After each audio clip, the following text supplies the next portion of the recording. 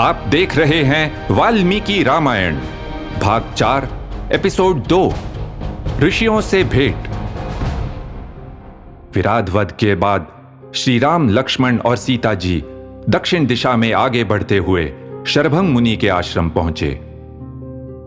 दंडकारण्य में श्री राम के आगमन का समाचार वहां के आश्रमों तक पहुंच चुका था और ऋषि मुनि इस बात पर चर्चा करने लगे थे कि इस प्रदेश में श्री राम की उपस्थिति में अपना उद्देश्य कैसे पूरा हो। शरभंग मुनि ने श्री राम से कहा, मुझे आशा थी कि आप यहां आएंगे। मेरा समय आ गया है, लेकिन जाने से पहले मैं आपसे मिलना चाहता था। आप रात को यहीं रुकें और फिर सुतीक्ष्ण मुनि से मिलने जाएं। उनका आश्रम यहां से दूर नहीं है। शरभंग मुनि को वर्षों की तपस्या के बाद परम सत्य की अनुभूति हुई थी। श्री राम से बातचीत करने के बाद उन्होंने अग्नि प्रज्वलित की और मंत्र जाप करते हुए शांति से उसमें प्रवेश किया। इस प्रकार उन्होंने अपना पार्थिव शरीर त्याग दिया। उसी शाम 21 विभिन्न मुनि संप्रदायों के प्रतिनिधि श्री राम से मिलने आए। वाल्मीकि जी ने इन संप्रदायों की पूरी सूची दी है। उनके नाम तपस्या विधि के अनुसार रखे गए थे। उन्होंने कहा, हमें क्षमा करें, आज हम आपसे अपने लिए कुछ मांग रहे हैं। निर्दयी राक्षस हमें हजारों की संख्या में मार रहे हैं। नरसंहार हो रहा है। वो देखें, लाशों और कंकालों के ढेर। हमारी रक्षा करना आपका कर्तव्य है। आपकी वीरता और धर्मनिष्ठा विश्वविख्यात है। कृपया हमें राक्षसों से बचाएं।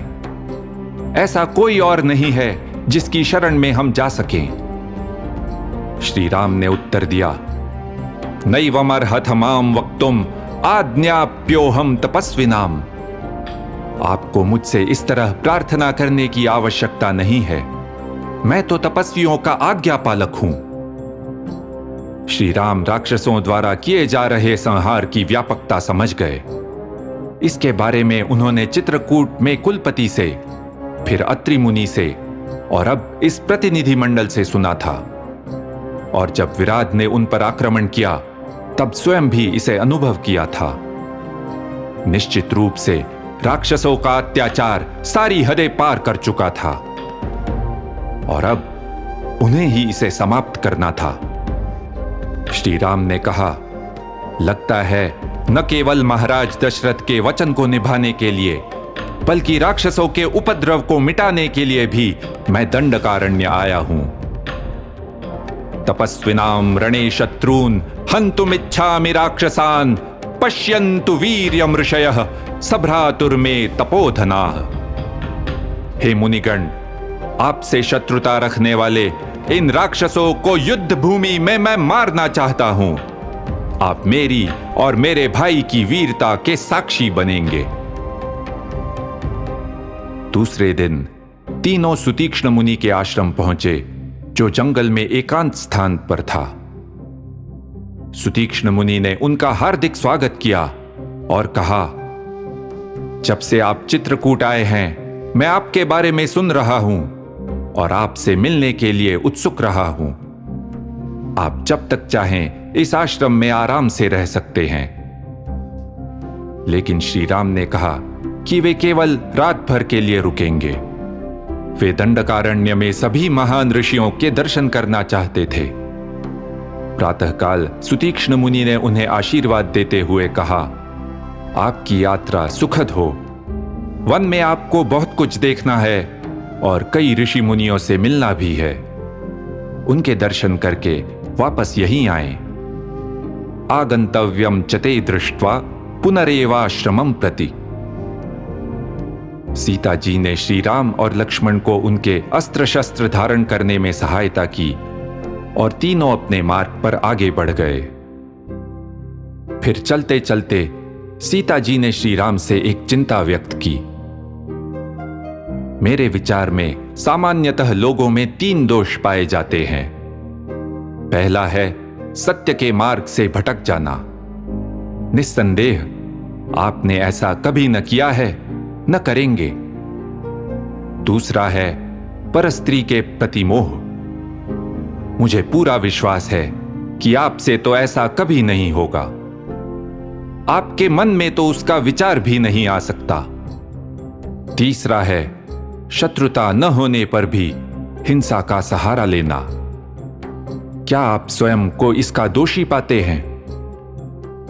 आपने तपस्वियों को वचन दिया है कि आप उन्हें राक्षसों के अत्याचार से मुक्ति दिलाएंगे, लेकिन मुझे नहीं लगता कि इस समय आपको ऐसा करना चाहिए। हम यहां तपस्वी बनकर आए हैं और हमें उन्हीं की तरह रहना चाहिए।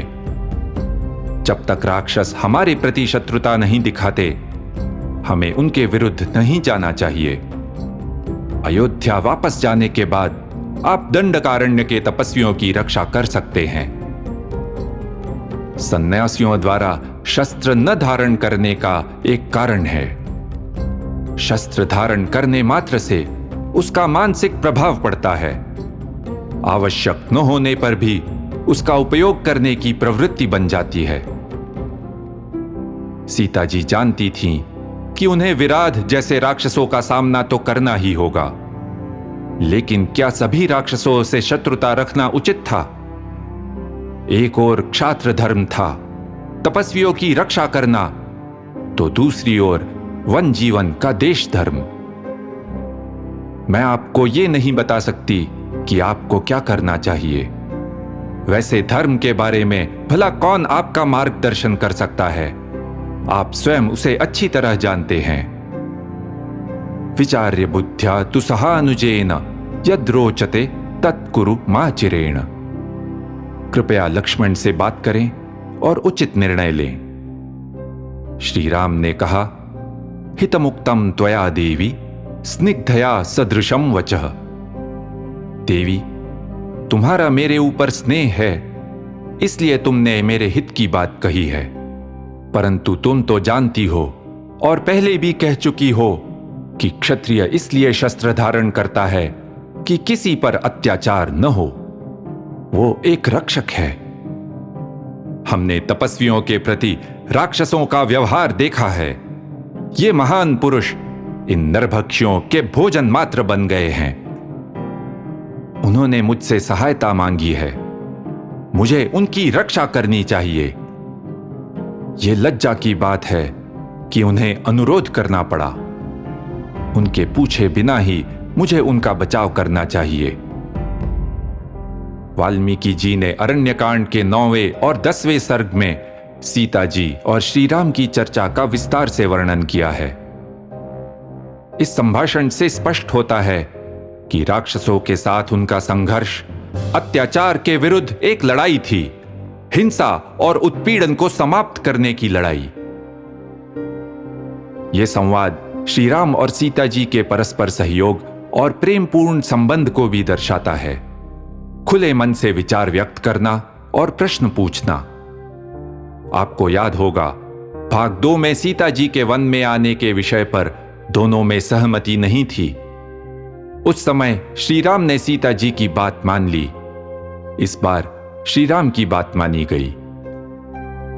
फिर भी श्री राम इस विषय को उठाने के लिए उनके आभारी थे। हे सीते, अच्छा हुआ तुमने अपने मन की बात कही। ये तो तुम्हारा प्रेम ही दर्शाता है। और हां, मैं त्वं प्राणेभ्योऽपि गरीयसी। मेरे लिए तुम प्राणों से भी अधिक प्रिय हो। इति ह आस। ऐसा ही हुआ था।